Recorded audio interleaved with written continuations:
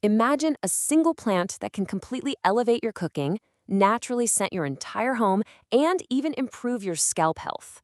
It sounds like magic, right? Well, welcome to this explainer.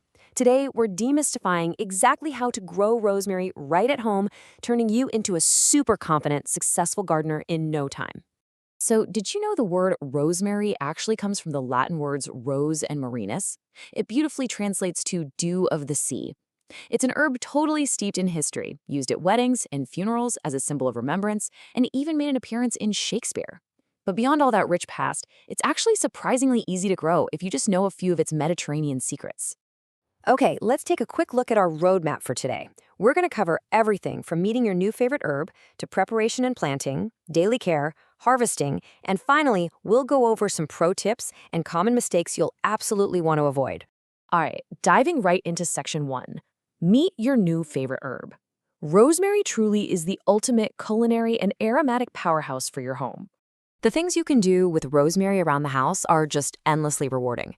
In a kitchen, its piney flavor is literally the perfect pairing for roasted meats, potatoes, and fresh focaccia bread. But honestly, it goes way beyond the kitchen.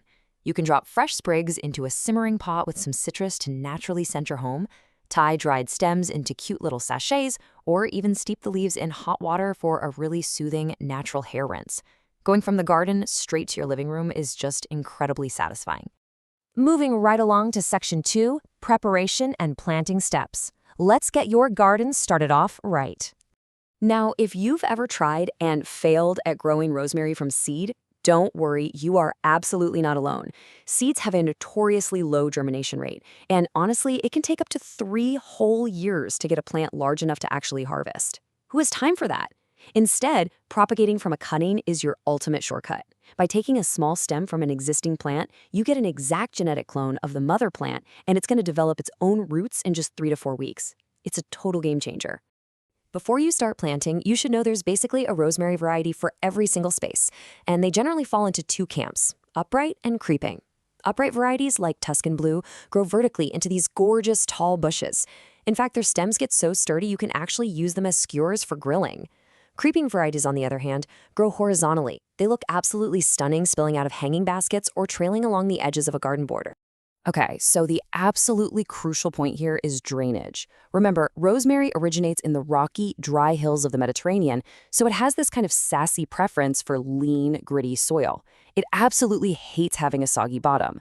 To mimic its natural habitat, you'll want to mix equal parts of a high-quality potting soil with something gritty, like perlite, pumice, or sand, plus a little handful of aged compost. Stay away from those heavy, peat-based moisture control soils because they just trap water. And above all else, your pot must have drainage holes. Seriously, don't skip that. Let's walk through the exact steps to propagate your cutting. First up, pick a 4 to 6 inch flexible green stem.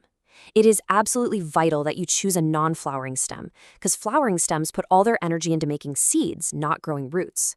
Next, just strip the needle-like leaves off the bottom 2 inches.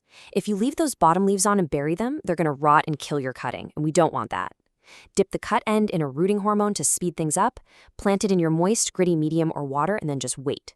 In about 3 to 4 weeks, in a warm spot, you'll have a rooted plant ready to go.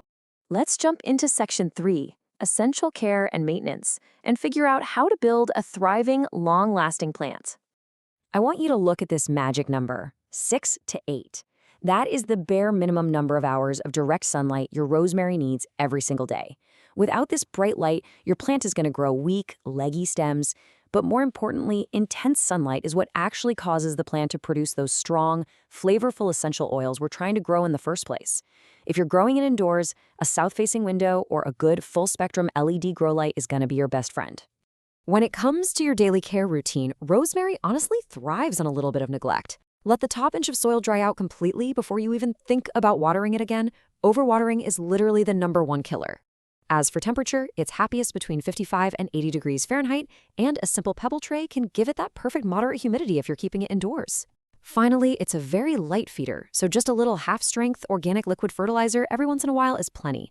Basically, just put the watering can down and step away. All right, now we reach section 4, which is definitely the best part, harvesting and home uses. Keep this golden fraction in mind whenever you've got your clippers out, 1/3. You should never, ever prune or harvest more than 1/3 of the plant's total height at any one time. Taking too much off all at once will severely shock the plant, and it can actually stunt its growth or even kill it entirely. Slow and steady wins the race here. When you do go into harvest, make sure you're snipping evenly around the whole bush so it keeps a nice balanced shape. You always want to make a clean, diagonal cut just above a leaf node. That's the little spot where the leaves meet the stem. And here is a major rule. Avoid cutting all the way down into those old, brown, woody stems. Indoor rosemary especially has a really hard time regenerating from old wood. Stick to the flexible green growth and you'll have endless fresh and dry sprigs for your cooking, infused honey, and all those fun crafts. To ensure your ultimate success, Section 5 explores some pro tips and mistakes. Here is a favorite trick among master gardeners. If you want a really full, bushy rosemary plant instead of a tall, spindly one, you need to pinch the apical bud. Now, that's really just a fancy scientific term for the very tip of a young stem. Pinching off that top half inch actually chemically signals the plant to push out lateral side branches. It's like magic. It creates a much bushier, denser plant with very little effort on your part. On the flip side, let's quickly rattle off the easiest ways to accidentally kill your plant just so you know exactly what to avoid. The main culprits are overwatering, which leads straight to root rot, using heavy peat-rich soils that act like a wet sponge, trying to take cuttings from flowering stems, leaving those lower leaves attached when you root a cutting, which just rots and fouls up the water, and finally, pruning too deep into those old woody branches. Avoid these traps, and you're going to be golden. If you are planning to bring your potted rosemary indoors for the winter to protect it from freezing, I have a fantastic pro tip for you from the sources. Don't put it in your warm, cozy kitchen. Instead, you actually want to keep it in an unheated sunroom or a cool, bright bedroom window where the temp stays between 45 and 55 degrees Fahrenheit. Why? Well, keeping the plant cool naturally slows down its metabolism. That prevents it from over-drinking and drastically reduces the chances of root rot during those darker winter months. And that brings us to Section 6, Conclusion and Disclaimer. We've covered the complete journey today. Before we go, I do need to quickly mention that the information in this explainer is for general educational purposes. Every home environment is wonderfully unique, so your individual gardening results might vary a bit based on your specific light conditions, local climate, and personal gardening experience. Always observe your plant and just adjust as needed. Which leaves us with one final question for you. Now that you know the secrets of this ancient Mediterranean herb, what delicious dish or aromatic craft are you going to create first with your homegrown rosemary? Are you going to roast some potatoes, craft a soothing hair rinse, or maybe bake some fresh focaccia? We really hope this explainer has empowered you to start planting today. Thanks so much for learning with us, and happy gardening!